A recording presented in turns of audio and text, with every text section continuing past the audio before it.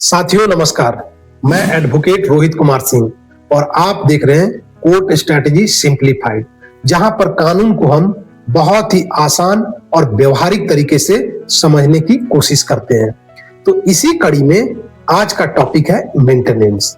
अब मेंटेनेंस क्या होता है, कौन मेंटेनेंस पाने के भागीदार होते हैं, अधिकारी होते हैं और कहां फाइल होता है, इन सारे सवालों का जवाब अर्थात मेंटेनेंस से जुड़े हुए सारे सवालों का जवाब आपको इसी वीडियो में मिलने वाला है। तो साथियों, आप इस चैनल को सब्सक्राइब कर लें अगर अभी तक सब्सक्राइब नहीं किया है, लाइक करें, कमेंट करें।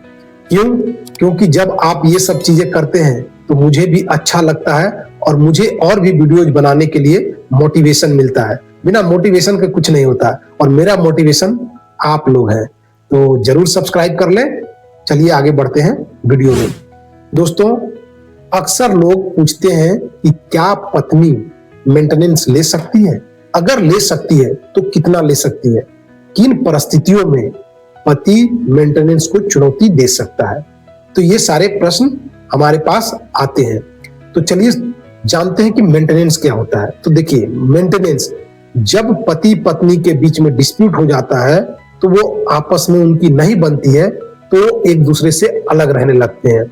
तो वैसी स्थिति में कोर्ट यह देखता है कि क्या पत्नी अपनी खर्चा को नहीं उठा पा रही है, असक्षम है, तो वैसी स्थिति में कोर्ट मेंटेनेंस बांध देता है या मेंटेनेंस तय करता है। यही मेंटेनेंस कहलाता है। अब मेंटेनेंस कौन कौन पा सकता है, यह भी प्रश्न उठता है।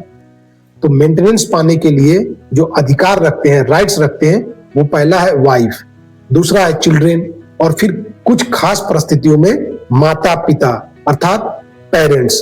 तो ये लोग मेंटेनेंस के अधिकारी होते हैं। अब जब आप लोगों ने मेंटेनेंस की बात को जान ली तो अब ऐसे तो मेंटेनेंस मिलेगा नहीं, कहीं केस फाइल करना होगा। तो मेंटेनेंस के लिए हम केस कहां फाइल करें? तो याद रखना दोस्तों, मेंटेनेंस के लिए आप केस फाइल करेंगे कुटुंब न्यायालय में।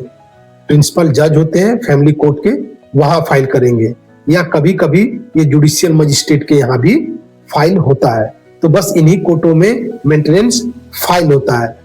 अब कोर्ट किन बातों को देखता है?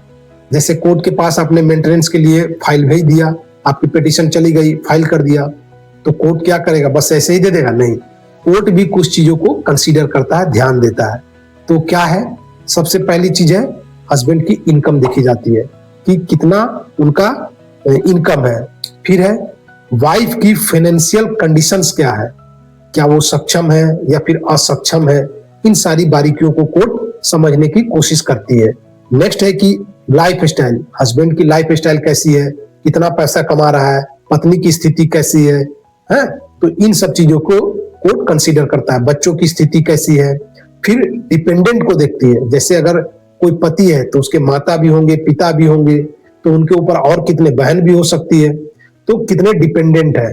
तो इन सारी चीजों को ध्यान में रख करके कोर्ट मेंटेनेंस बांधती है या रखती है, तब जाकर के कंसीडर किया जाता है।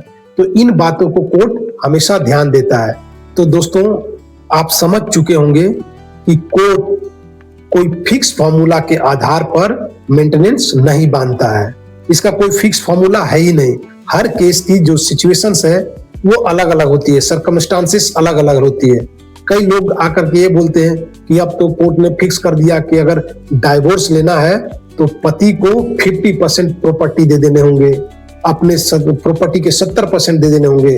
तो ये कहीं सुनी बातों में ना जाए, ये कोर्ट पे डिपेंड करता है कि कितना आपका इनकम है और लाइफ स्टाइल क्या है, पत्नी को कितना दिया जाए, बच्चों को कितना दिया जाए, बच्चों का कस्टडी किसको दिया जाए। तो इन सारी बातों को कंसीडर करके अर्थात totally depend on the circumstances.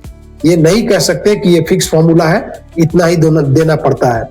अब नेक्स्ट है कि कुछ कॉमन मिस्टेक्स कर जाते हैं। क्या है वो कॉमन मिस्टेक्स? जैसे लड़का पक्ष है तो अपना वो गलत डॉक्यूमेंट पेश करेगा, सही डॉक्यूमेंट पेश नहीं करेगा। ऐसा मिस्टेक करवा देते हैं कुछ लोग, जो उनके साथ में काम करने वाले लोग होते हैं, उनको सपोर्ट करने वाले लोग होते हैं। तो ये गलती कभी ना करें कि गलत डॉक्यूमेंट फाइल करें। दूसरी बात, अपनी इनकम को ना छुपाएं। और तीसरी बात कि झूठे एलिगेशंस ना लगाएं दोनों पक्षों के लिए। कभी कभी क्या होता है कि जो महिला पक्ष है, वधु पक्ष है, वो कुछ ऐसे एलिगेशन, अननेसेसरी एलिगेशंस लगा देते हैं जिसका कोई अवसर मतलब उचित नहीं है।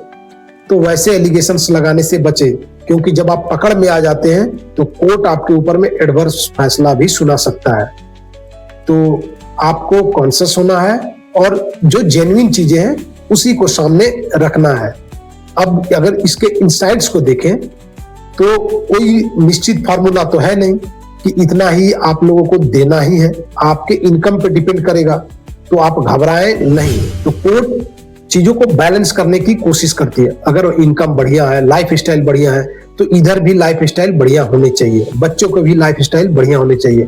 तो ओवरऑल अगर हम बात करें तो court try to maintain the balance, ठीक है। तो वो बैलेंस को मेंटेन करने का कोशिश करता है।